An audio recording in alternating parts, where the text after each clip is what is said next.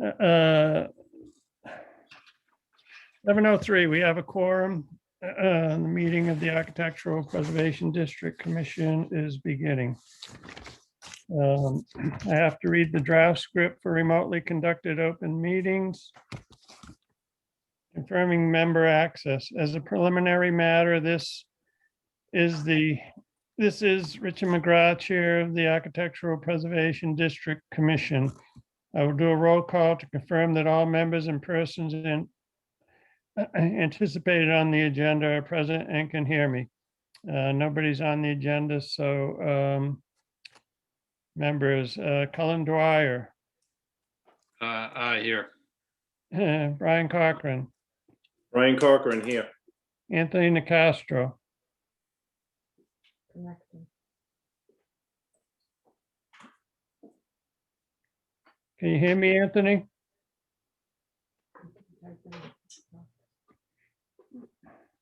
He's still connecting. But I'll testify. I can see him. He's here.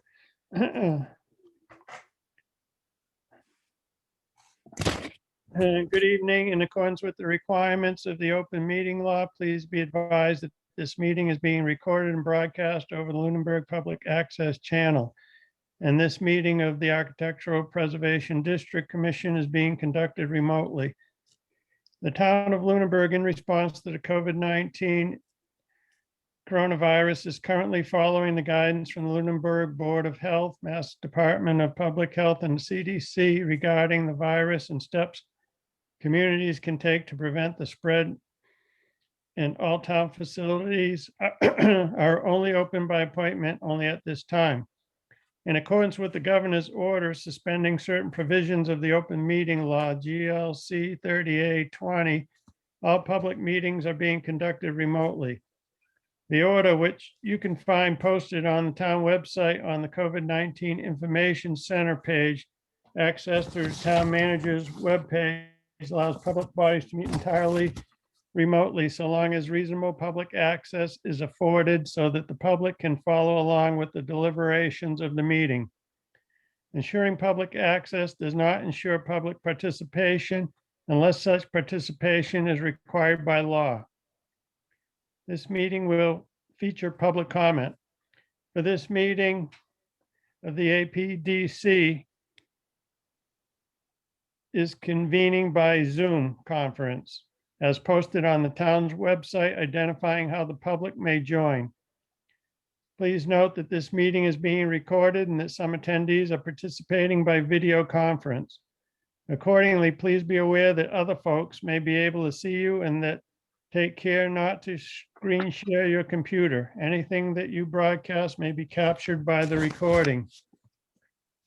We are now turning to the first item on the agenda. Before we do so, permit me to cover some ground rules for effective and clear conduct of our business and to ensure accurate meeting minutes.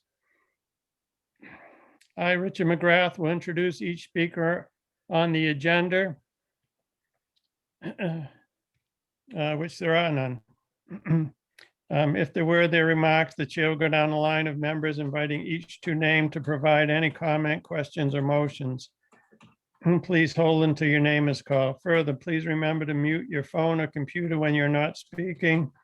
Please remember to speak clearly and in a way that helps generate accurate minutes.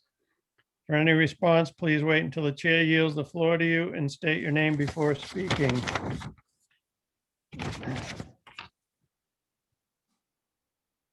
If members wish to engage in colloquy with other members, please do so through the chair, taking care to identify yourself.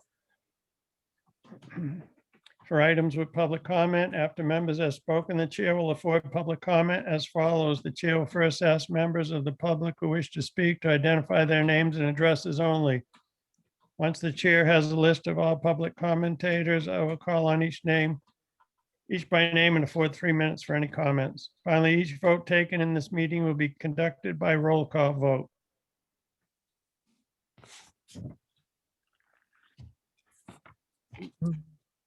That's it. We're going to review of minutes.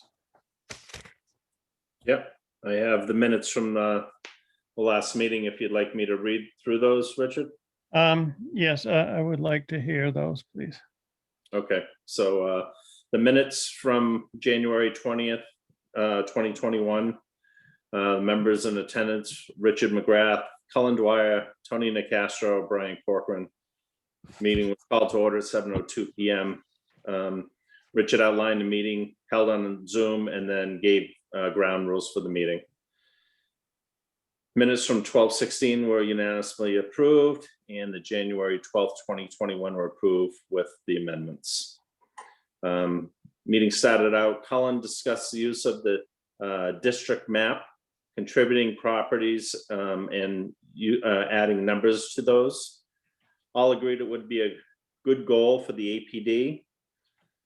Suggested adding notes on the conditions of the properties at the time of review. And it was also noted the Historic Commission has photos of historic homes that may be useful in that endeavor. Richard discussed APD signs and read the letter to the DPW, which was sent on 1/19/20. Detailed discussion on the primary school. Brian referred a comment made by the board select about changing bylaw for the town-owned properties. Colin reiterated that we were at a crossroads with the town regarding the primary school and our charter to preserve historic buildings. It's a difficult place for the APD, but like the idea of pursuing a town campus with the old primary school as the new town hall. It was also stated that the primary school is not on the register of historic places.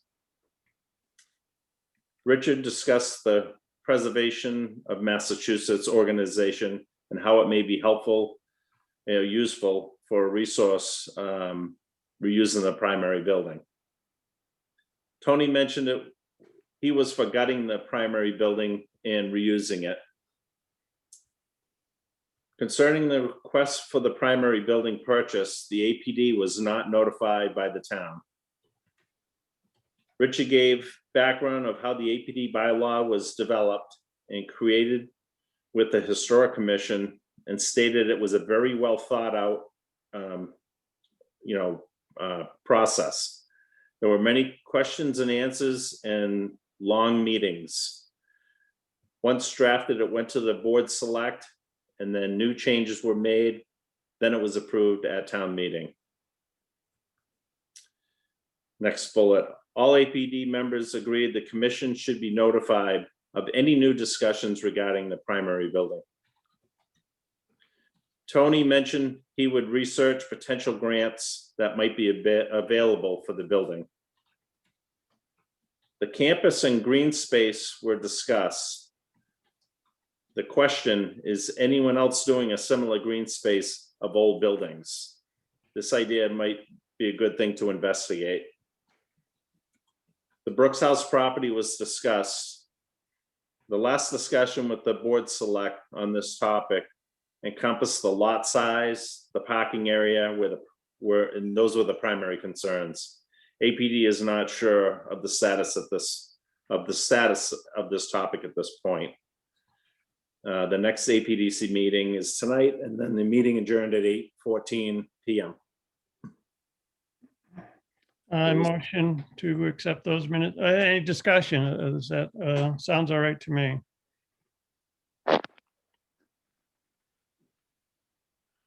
Anthony, I'm good with those notes. Yeah. Colin, No discussion. I motion to approve the minutes. Anthony, we second that. I second it. All in favor?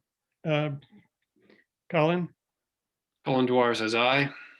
Anthony, Anthony Castro says aye. Brian, Brian Corcoran says aye. Richard McGrath says aye. The minutes are accepted as presented. Very good.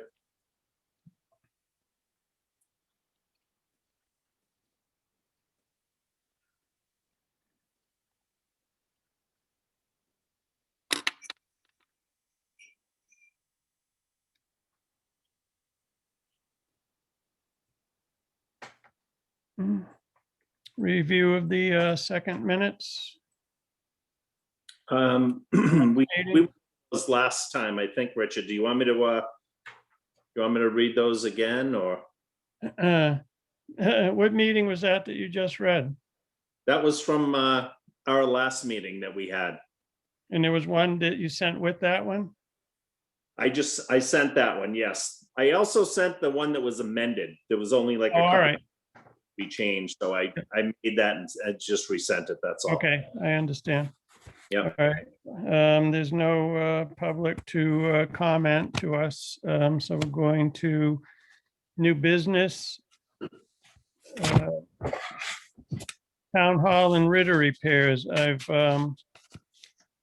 understood from the press, reading the paper, that there's going to be repairs to the Ritter and the Town Hall. Does anybody know anything about that? No. No, I haven't heard anything. To my understanding, is to be fairly extensive maintenance done to the Ritter building to assess damage to the roof edge and the facade. I think gutters and downspouts. Don't quote me. I'm doing this from memory. And the town hall, they're redoing the roof over, and the chimneys, something about the chimneys. I don't know if they're being taken away or rebuilt or what. I haven't seen anything. This is concern that I've had, that things coming out of town hall that affect our commission, and we're not being notified of these things, that we have to find out about them arbitrarily or after the fact. Richard, this is Brian. Aren't Yeah. those properties in the district, and shouldn't those go through the same process as would be primary, a resident? Yes. Could you send a letter to the town manager's office reminding them that CTAs need to be filled out for those, for the work that's to be done, and that needs to be reviewed by the commission? Okay. Colin Dyer here. I also recommend you CC and the building inspector on that letter. Okay. Yes, good. Any other conversation about this? No, that's good. Glad you saw that. All right, primary school. I've been in contact with people from a number of communities, preservation planners, city managers, architects, consultants, historical commission members, district commission members, about schools being rehabbed in their communities. And the work that's been done on these buildings and reusing them as an asset for those communities is quite extensive.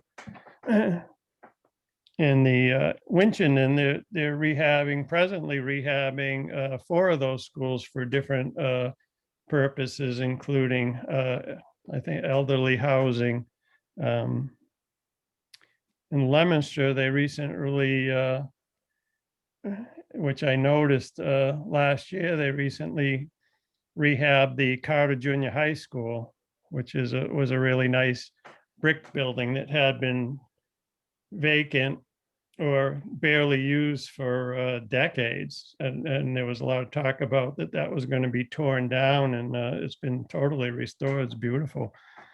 I believe that's housing, but I don't have, I probably shouldn't speak to that till I have all the information. I've just, this is just preliminary information. Other communities have rehabbed them for veterans housing, low income housing, artist studios, community center, as well as mixture of these things also. I knew stuff was going on. I didn't know with the new building codes and financial crisis through the 2008 to 18, if these projects were still being done, and it seems to be going quite well. So I don't think whoever looked into reusing this school, I don't think they looked far enough. So I will, for the next meeting, I'll have all the information together to present it to you.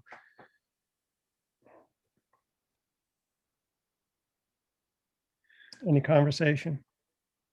Yeah, thank you, Richard, for all the work that you've done and for forwarding the resources that you did.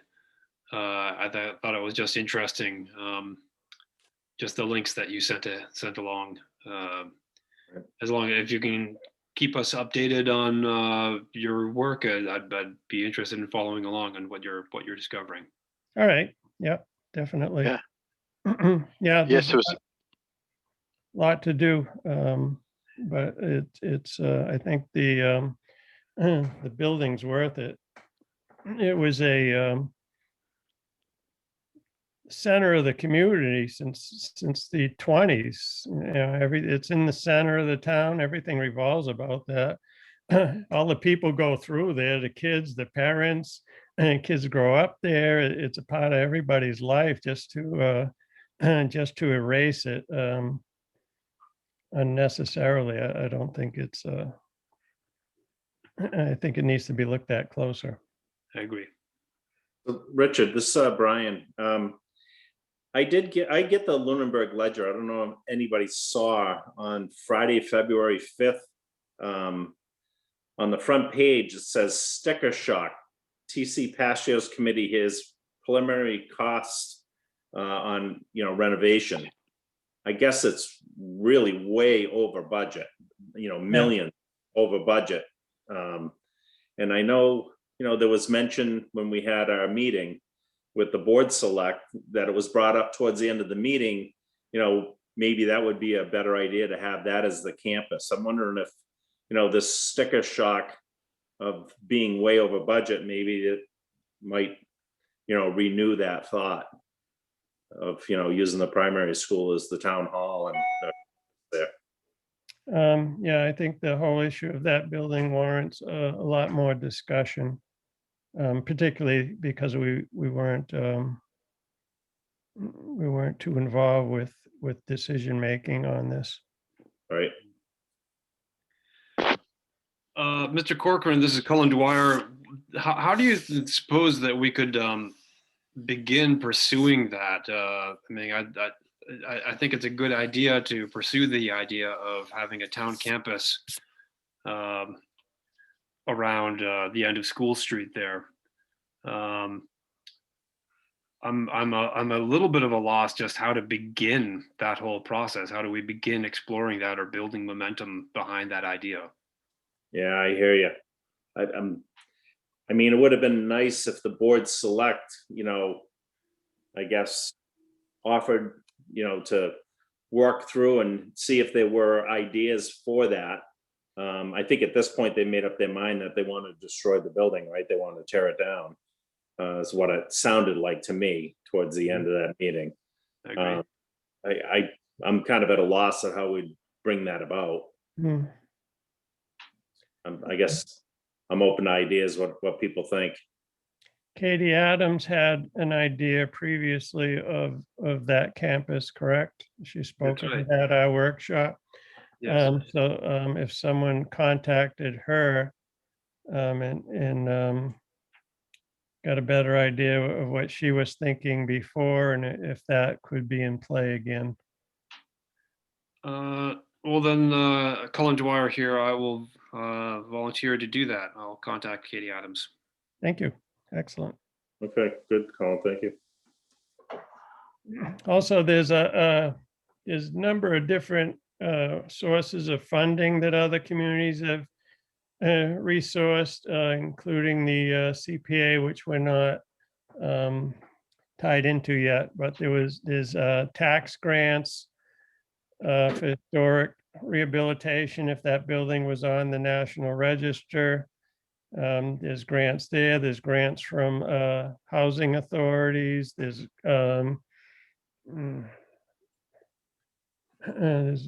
was a few other different grants available, and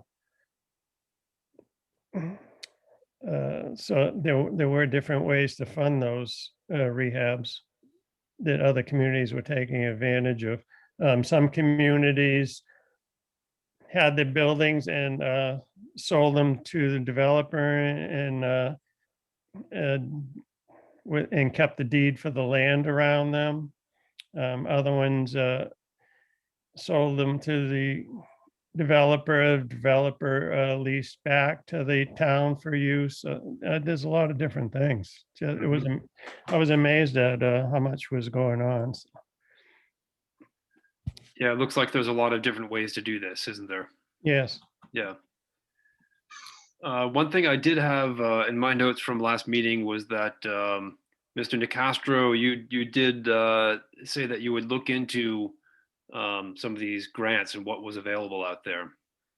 Yeah, so I did actually, I Googled a lot of places, right, for grants, and I sent out a couple emails, heard crickets, made a couple phone calls. I've heard even more crickets. So I don't know if I'm looking in the right places. I got to do a little more research and find somebody who will answer me with, I don't know what's going on. You know, no one gets back to you anymore. It's, Yeah. you know, they all everybody's working from home. So it shouldn't be that hard to answer an email, should it? Yeah. But I got to do some more looking around. I might not be going to the right places to get money. That's, I think, my problem is. I think I'm picking too high off the tree. You know, I mean, I found a couple. Yeah, maybe you can probably get $200-300 there. No, I want big money. I want $500,000. I want big money. I'm not gonna, don't give me $300. That's not gonna even buy me a window. Right. If you check with the Massachusetts Historic Commission, they could advise you on what's available from where. All right, that'll be my next email. If you don't get an email, call them. Okay. Will they answer my call? Or will I get? Because lately they used to have a secretary. They usually have a secretary, and there would usually be a point person that's specializes in answering that particular question. All right, that's my next task. So I'm all over tomorrow, reinvigorated. Great.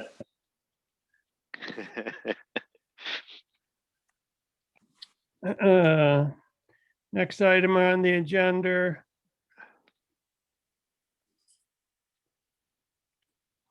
Brooks House.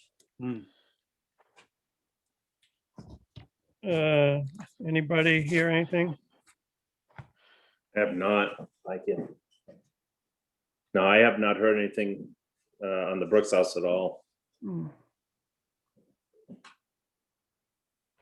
I'm trying to be, I think it would be to our best interest to try to stay ahead of the game on this place. So all of a sudden it's, we find out, oh, we're tearing it down. Right. Bill Laxo from the Historical Commission is working on an article on the Brooks House for historically speaking, the Historic Commission's articles for the Lunenburg Ledger. I think we should check with the planning board. That's who we last spoke about it a while back. And they were going to, they were talking about it, and we're going to look into what could be done with the lot there, if I remember correctly.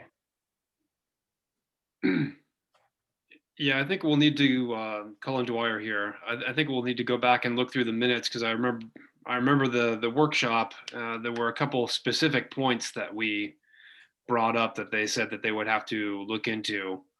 And I think it is worth getting that specific language, exactly what the impediments were to reusing that as a residence. I certainly remember that had something to do with the lot size and the setback, and also easement and parking for it. But to find out exactly what it was that were the issues. Oh, and also there was an issue with just dividing the lot as well. I think those issues were all related. Yes, yeah. It's But still I do recall that the planning board was enthusiastic about the idea and had an attitude that anything can be done, but that they said it might be complicated. Again, why don't I see if I can review the minutes, find the exact language so I can address them once again and bring this topic up. Okay. All right, sounds good. Thank you. Any other discussion on the Brooks House? Good. Okay, next item on the agenda.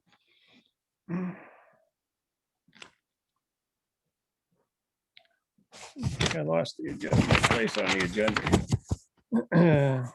APD signs. I took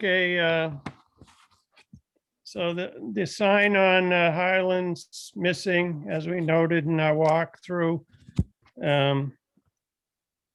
The sign on Oak Ave is in the wrong position, as we also noted at that time. And the sign in front of the high school has only the National Historic District sign, doesn't have the APD sign with it. So I sent an email to the DPW chief and sent over a map with where they should go, and mentioning that he could get them at DG Graphics, where we had originally purchased them, that they should have the sign design and on file so he can get new ones. And I haven't heard back from him yet.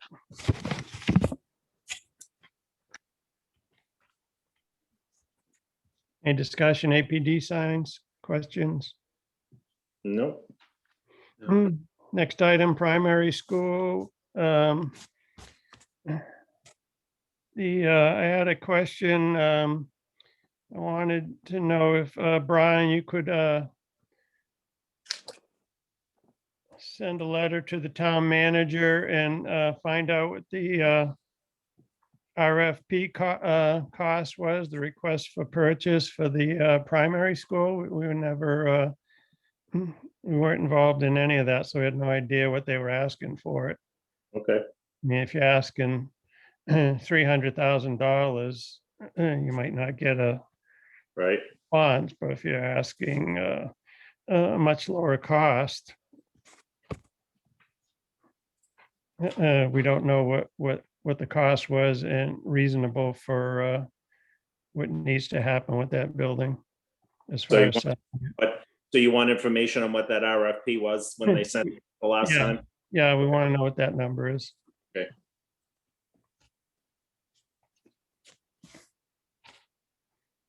Any other old business?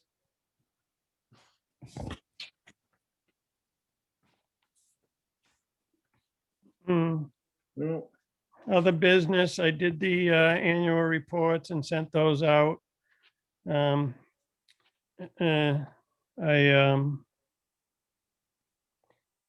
mentioned that Colin and, oops, sorry, that's the wrong annual report. I had to do one for the historical commission too, so.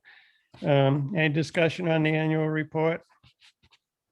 No, I saw it. It looked good.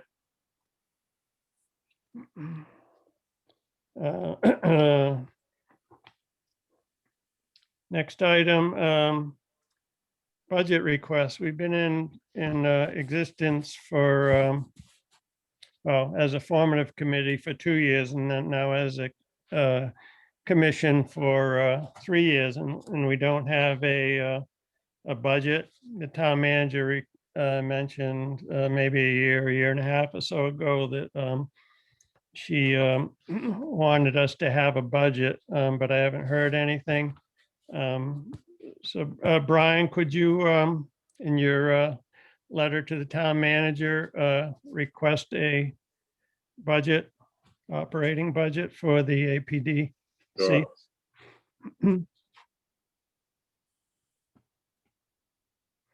Any discussion on budget? I think when we request a budget, we should probably have some sort of a figure in mind and also some sort of idea of how we're going to spend it.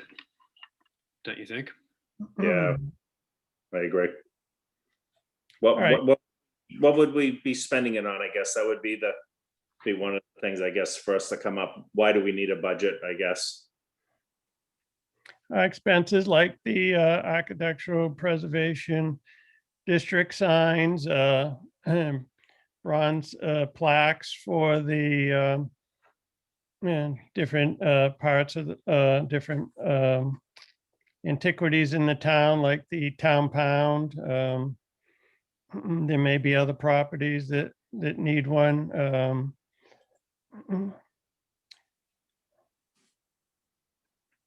Different markers for monuments. You could have a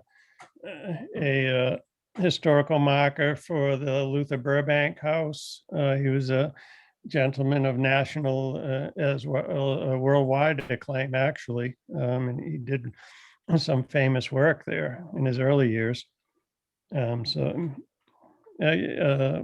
Operating.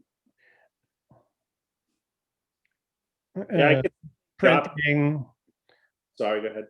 Printing. I don't know if I can think of everything, but it's the historical commission has a budget of $3,000, and I think our work is a lot more condensed than the historical commission. It should be at least that. Right. Richard, this is Brian. I guess I could think of another area. If we're going to be putting together some sort of a catalog of the contributing properties, and maybe there's some photography or printing that we want to do, and whether we want to catalog that somehow, maybe it could also be part of that expense. Yes, there can be a pamphlet or a small a few pages of a survey of what the APD is, and it can be had at the library or the town hall, so people know that there is an architectural preservation district and what it actually is and does. Right. For the town. Okay. Lots of things. Okay, I can put a few of those examples in the letter. Mm-hmm. Richard, Cullen here. What is the spending process? What does it take to access that money? If we have a budget, do you need to? I just remember from the historical commission, it was a sort of an elaborate procedure where you had to get a quote for anything that you wanted to buy and submit it to, I think, the town clerk, who would then submit it for approval and so forth and so on before those funds were dispersed. Is there any like petty cash that would be in this fund, or is all the funding accessed through that same procedure? I don't know. I'll ask the letter. That wasn't my job at the historical commission, so I wasn't involved with that at all. Okay. Yeah, I think that would be worth finding out. With the as chairman, I had to publish for public meetings, public hearings in the Lunenburg Ledger. So I simply did that. Right, I sent to the Lunenburg Ledger what the public meeting was, and then they sent the bill to the bursar, and then I just okayed it. I see. Okay. To be paid. So whether bigger items, I think operate in the same way. It's pretty much our money to use wisely according to what we choose. Okay. And we can just submit bills or reimbursements to the town clerk. Yes, yeah. I think with any larger purchases, I would just send a letter to the town manager and just let her know what's going on. So Okay.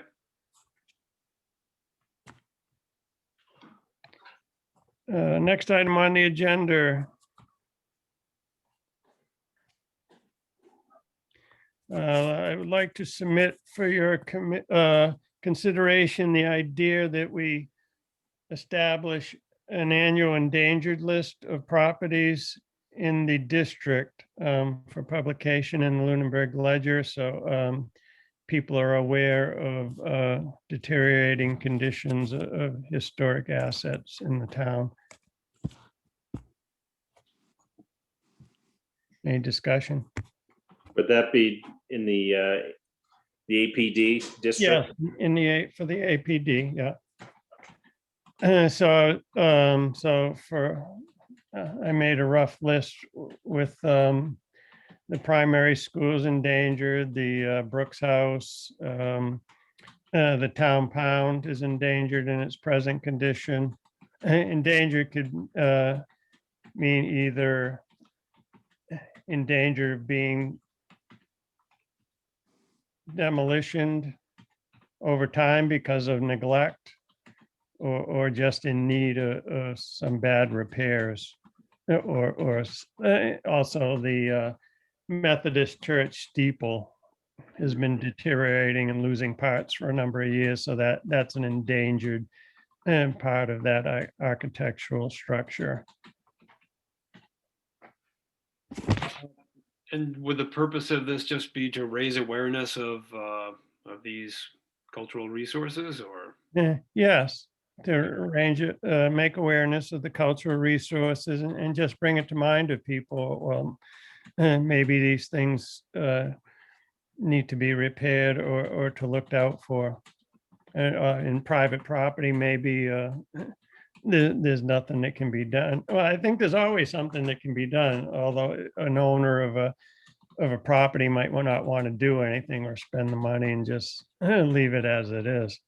Right, Also, like 54 Lancaster is certainly in jeopardy of just caving in, but. right, that would be on the list, and it might draw some public attention, and like what we did over there, you know, what you did in getting everybody organized and going over there and giving it another year or two. Yeah, I mean, that's, you could do something. Yeah, I think that could do something rather than nothing. Yeah, I mean, I'm not against it. I think, you know, this ties in pretty well with the whole project of having a map within inventory of the district. Mhm. I think it would be good to not just, you know, focus entirely on the negative, but also, you know, point out some of the well looked after historical houses in the district. And I think, well, I don't know. What do people think? I mean, that's the first thing that came to my mind, is that we would have a complete inventory of all the historical resources within the district, and then, yeah, as you say, we could highlight the ones that are endangered or in some way.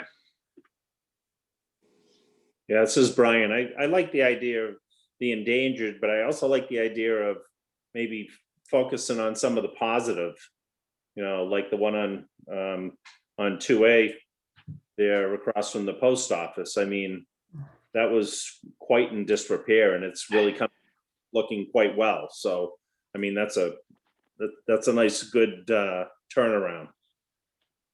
So it might be good to show some of those too. So positive list. Yeah, I even throw a couple in there to say, hey, you know, these are some places that have turned around and have become, you know, upstanding, you know, properties in the community, in the district, you know. Yeah. Richard, It's- how did you envision publicizing this this list? What format were you considering? Lunenburg Ledger. Okay. It could be on our website too. Yeah, I mean, we don't do a whole lot with the website. That's something I think that we certainly could do is we could start, putting together our own sort of something a little bit like a Form B project where you could have a picture of each house with a little bit of history about each one, Yeah, yeah, Good idea. a long-term project, of course, but No, Yeah. it's good. you could start with a an endangered property and do a exemplary property along with it, and every few months maybe you could add to the whole list. Good idea. Yeah. Wow. I just, Right. I'm not so sure about the idea of having them next to each other. I don't want to, somebody's house isn't doing that good. It's not an idea, it's an idea of bringing awareness. I think they're two separate things. It's an idea of bringing awareness that these places are deteriorating, three of them town properties. And two aren't. Yeah, I think it is, if you want people to feel that these are valuable, you can't tell them all bad news. You have to show them, Yeah. Right. what good things we have in our town center, and it's like what's worth preserving. So Yeah. Someone said you could have the house of the month Mhm. highlighted. Right, we saved the Jones house. The Susan Brown house was saved. That was they want to demolish both of those. So there's a lot to talk about and feel good about. Yeah. That's good. All right.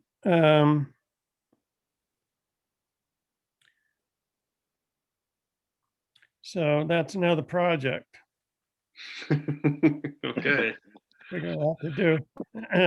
But format, is anybody good with thinking about format for something like that? That we could get an outline of how that would work. We know it'll go to the ledger and the website. We just need to know how to coordinate positive with the properties that are deteriorating. And I think it's important to put a light on the things that are deteriorating, so because they're endangered, so they're being saved. And then comes the positive list. We saved the Jones house. We saved the Brown house. The house on Mass Ave has been reclaimed, and so different things, how they relate to each other. Right. If somebody could have we'll think about it. We'll talk about it at the next meeting. Yeah. How that would go. Yeah, I'm thinking it's probably something, once the weather breaks and we can get out maybe if we take a weekend and we start taking pictures, because you're probably going to want some pictures, right, to go along with it. So I'm thinking maybe when the weather breaks a little bit, that might be a good time to do it. Yeah. Yeah, we have to do our walk part too. Yeah. Any comments, Anthony? No, no, I'm just trying to formulate something here. Like you say, the best way to do this without stepping on someone's toes. Yeah. You don't want to call them out downtown. Your house is falling apart. What's Yeah. up with that? We're not talking about people or you don't know what someone's financial condition is or health Yeah. conditions. We're just talking about structure. Yeah. We don't want to have emotion involved in it. We're just pointing out that these are historic resources in the center of town, and that because of neglect, they're being endangered and lost. Right.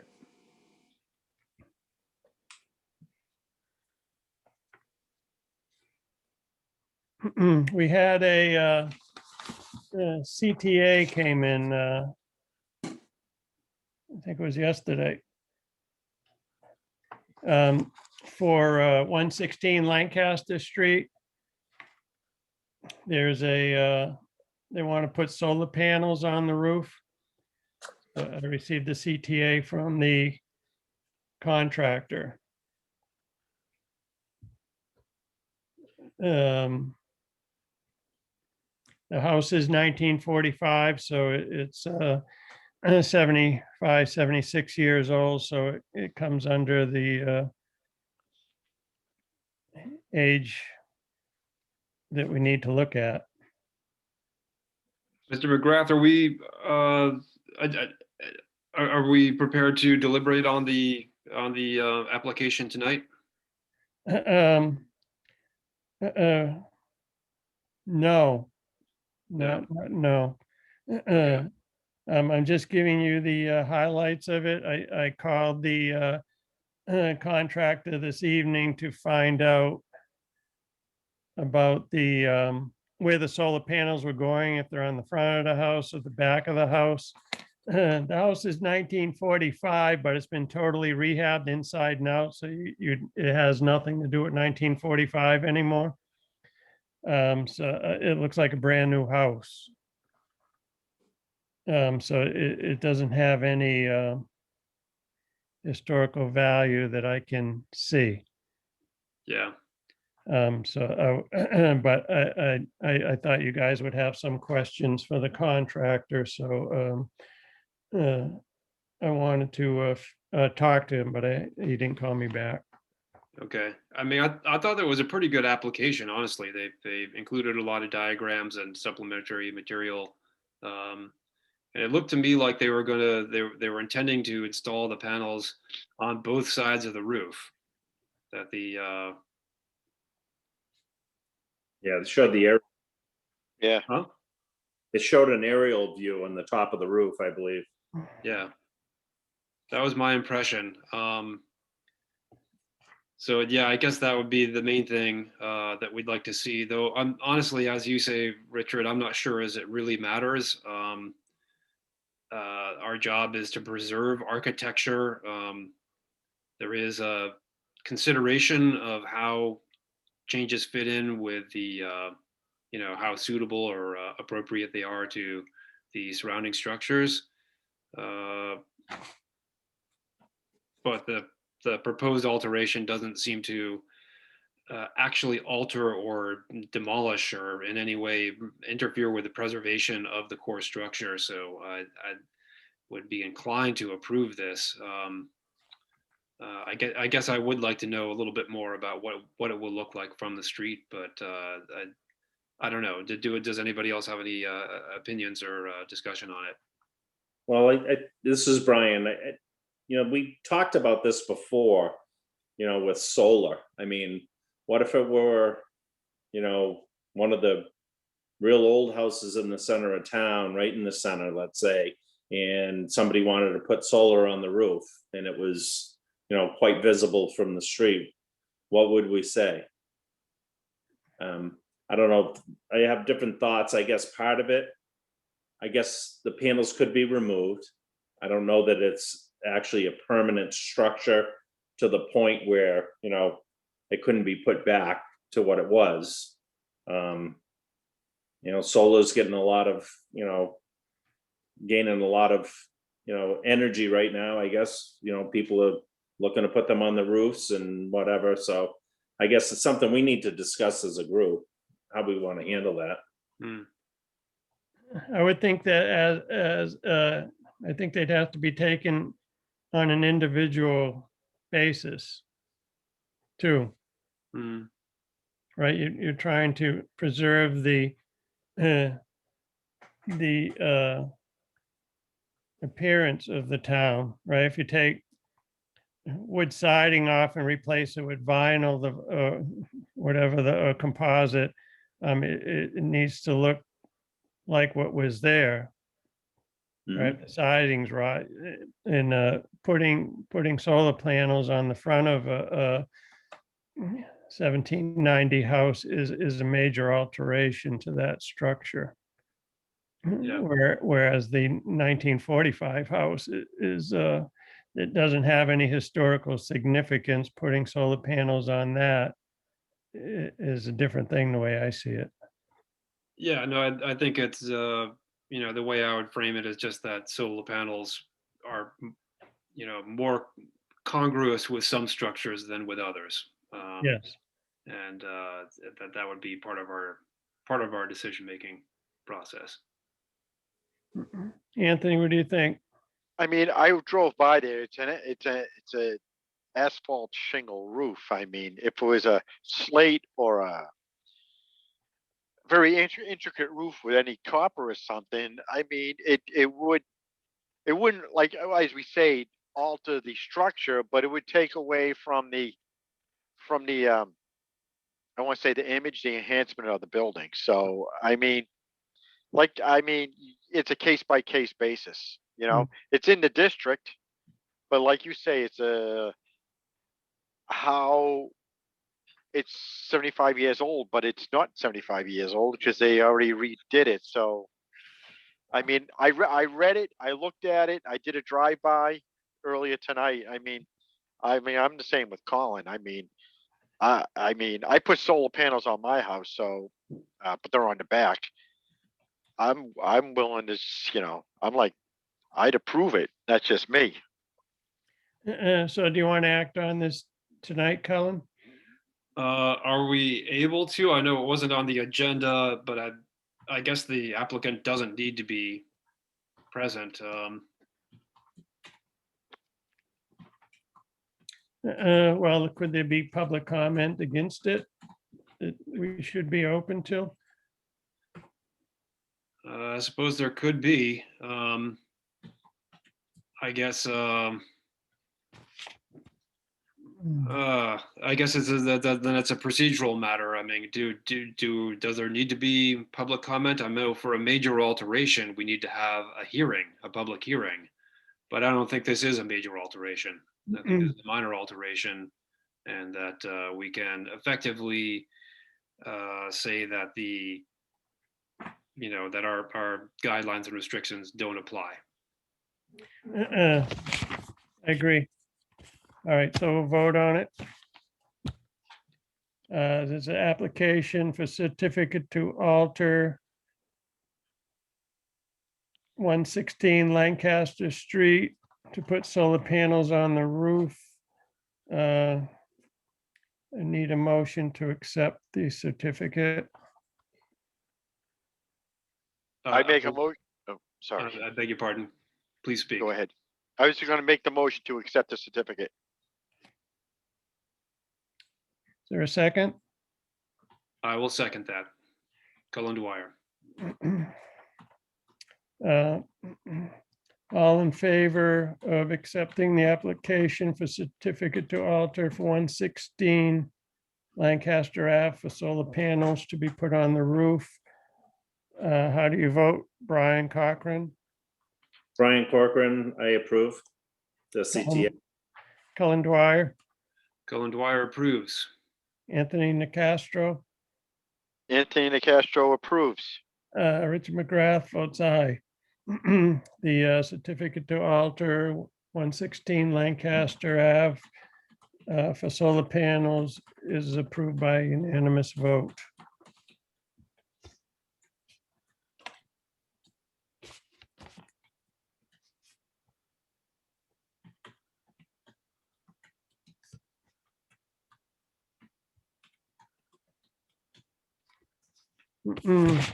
Any other business or discussion? No, I'm just this, Brian, Richard, I'm just wondering if we should maybe think about, if we need to make some change to our, procedures or the bylaw for solar. In what way? Well, we don't say anything about it, so I guess, we see in this house, yeah, it's not a problem. At what point do we think that it might be an issue? Or do you want to just leave it as a case by case process, I guess? Do we want to call it out as it's not a permanent structure type thing, or I just feel a little uneasy if somebody else comes now and says, hey, down on 116 Lancaster Ave, they put solar panels on their house and it was over 75 years old. Now somebody else has got an 1800s house and they want to do the same thing, and we say no.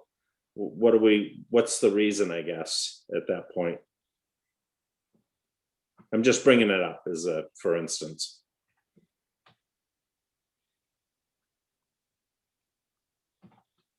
Any discussion?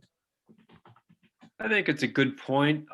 Honestly, I thought our guidelines did mention solar panels, but I'm looking through them now and it looks like, no, we don't have any. We don't have a section on that. I thought we had something in there. You think there's something in here? Yeah, I thought there was. I thought there was too. I'm just scrolling through. I'm not finding it, but I don't remember it being in there. well, I would propose. I think it's worth considering, and I propose that we take another look at our own guidelines and review those before we discuss it at the next meeting to come up with, a policy regarding this matter. Yeah, sounds like a good thing to be proactive. It'd be good to be clear and make it easier for the public and the commission. Right. Yep. Sounds good. Any other business? Next meeting, Wednesday, March 24th. 7 o'clock. Motion to adjourn, please. If there's no other business before the commission, that Colin Dwyer will make a motion to adjourn. I'll second that motion to adjourn. Brian Corcoran. All in favor, Brian Cochran, Aye. Brian Corcoran to adjourn. Colin Dwyer, Colin Dwyer says aye to adjourn. Anthony Nicastro, Anthony Castro says aye to adjourn. Rich McGrath, aye. Meeting is adjourned, 8 o'clock. 8 o'clock. Thanks, Very good. And gentlemen. that was March 24th is our next meeting? Wednesday, March 24th, yes. Got it. Okay. Trying to keep it the third week. That seems to work good for everybody. Am I correct in saying that? At this point, yep.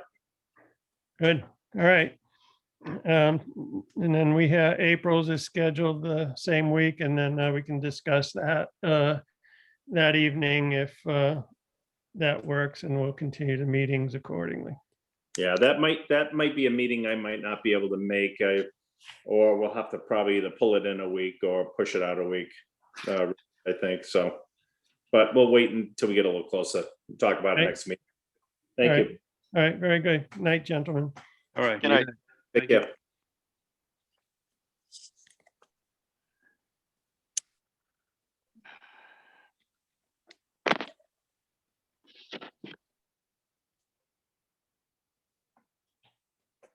I got my email up here for some reason. I don't know where that came from. Well, because we signed in with you. Remember?